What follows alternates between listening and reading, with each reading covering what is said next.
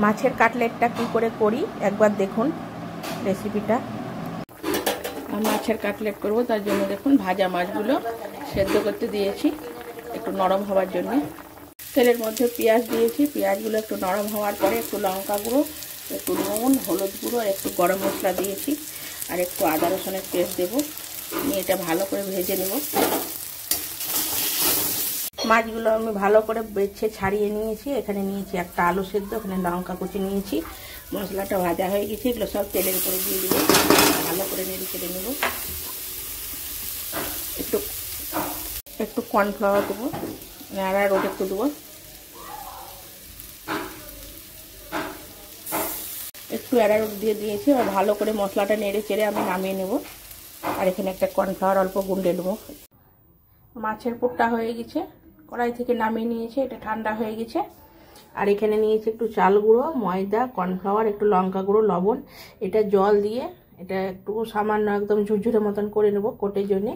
আর এখানে গোলাটা করে নিচ্ছি একটু কর্নফ্লাওয়ার দিয়ে একটু।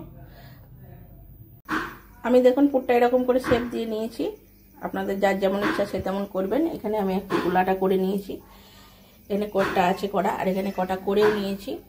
কড়াইয়ে তেল চলে এসছে, এবার আমি আস্তে আস্তে দিয়ে দিব। এরকম তৈরি করে ফ্রিজের মধ্যে রেখে দিলে যে যখন আসবে সঙ্গে সঙ্গে ভেজে দেওয়া হয়। ভালো করে ভেজে তুলে নেব। এখন কি করে করছি,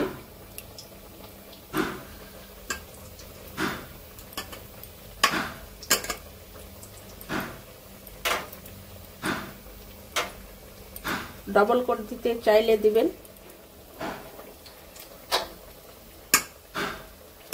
ডবল কোট দিলে কোটিংটা একটু মোটা হবে।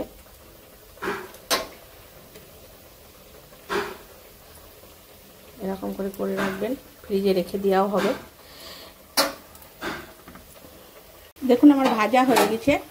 এরকম কোটিংটা করলে পরে কি খেতে খুব সুন্দর মুচমুচে হয়, ওই জন্য এরকম করলাম। আমি বিস্কুট দিয়ে করিনি, বিস্কুট গুঁড়ো দিয়ে দিলে আর এক রকম লাগে খেতে, এটা বেশি টেস্ট লাগবে, এই জন্য এরকম করেছি।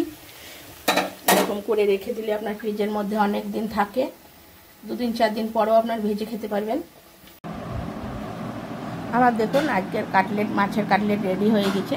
একটা আমি সরু স্যাও বা ভুজিয়া যে যা বলেন ওটা দিয়ে দেখুন একটা লাস্টে করেছি। এরকম করলেও ভালো লাগে খেতে, কিন্তু আমি যেটা চাল আর ময়দার কর্নফ্লাওয়ার দিয়ে কোটিং করেছি ওইটাও খুব সুন্দর মুচমুচে হয়, ওই জন্য এরকম করে দেখালাম আপনাদিকে। তো এটা স্যালাডের সঙ্গে রেডি হয়ে গেছে আমার মাছের কাটলেট। স্যালাডের সঙ্গে আর সসের সঙ্গে খেতে খুব সুন্দর লাগে। গরম গরম করে খেয়ে দেখবেন একবার।